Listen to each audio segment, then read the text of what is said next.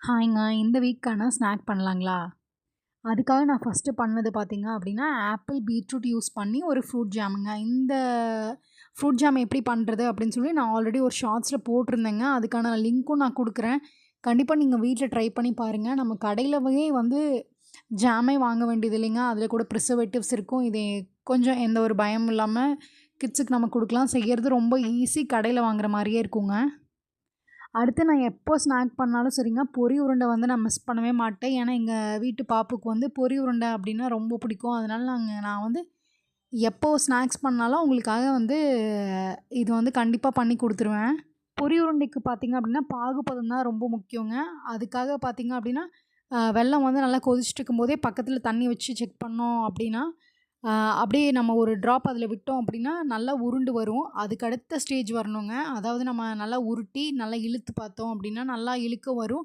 அப்படியே அத கீழ தூக்கி போட்டோம்னு வச்சுக்கோங்களேன், டக்குன்னு ஒரு சத்தம் கேட்கும். அதுதான் வந்து பொரி உருண்டைக்கான பாகுபதங்க. அதுக்கப்புறம் கேஸ் ஸ்டவ்வ ஆஃப் பண்ணிட்டு, பொரிய போட்டு நம்ம மிக்ஸ் பண்ணி உருண்டை புடிச்சிட்டோம் அப்படின்னா, சூப்பரா வந்துருங்க. இது முடிச்சதுக்கப்புறம் அப்படியே ஜாமும் வந்து ரெடி ஆயிடுச்சு. அடுத்து நான் பண்ணது ட்ரை ஃப்ரூட்ஸ் லட்டுங்க.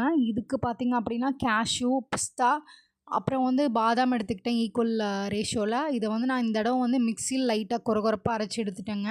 இப்போ 3 கப்ஸ் நட்ஸ் எடுத்தோம் அப்படின்னா, அதுக்கு வந்து கிட்டத்தட்ட ஒரு 2, 2 1/4 கப் வந்து டேட்ஸ் தேவைப்படுங்க. இது வந்து கொஞ்சம் ஸ்மூத்தா இருந்துச்சு டேட்ஸ் அப்படின்னா வந்து கொஞ்சம் குவான்டிட்டி கம்மியாகும். இத நம்ம யூஸ் பண்ண டேட்ஸ பொறுத்ததுங்க. நான் ட்ரை ஃப்ரூட்ஸ் லட்டு இப்போ இந்த மாரி தாங்க பண்றேன். கேஸ் ஸ்டவ்லாம் யூஸ் பண்ணி பண்றதில்ல. கிரிஸ்பியா நட்ஸ் இருந்துச்சு அப்படின்னா கேஸ் ஸ்டவ்வே தேவையில்லைங்க. அடுத்து வந்து நிலக்கடலை உருண்டைங்க. 1 கப் வந்து நிலக்கடலை எடுத்துக்கிட்டோம் அப்படின்னா, அதுக்கு வந்து 1/2 கப் வந்து நாட்டு சர்க்கரை வேணுங்க.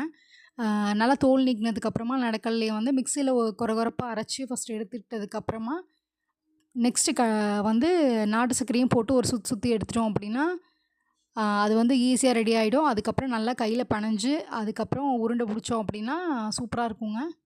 இன்னைக்கு நான் பண்ண ஸ்நாக் பார்த்தீங்க அப்படின்னா, ஜாமுங்க, நிலக்கடல உருண்டை, ட்ரை ஃப்ரூட்ஸ் லட்டு, அதுக்கப்புறமா வந்து பொரி உருண்டைங்க. நாளைக்கு நம்ம இன்னும் ஷார்ட்ஸ்ல பார்க்கலாங்க. பாய்.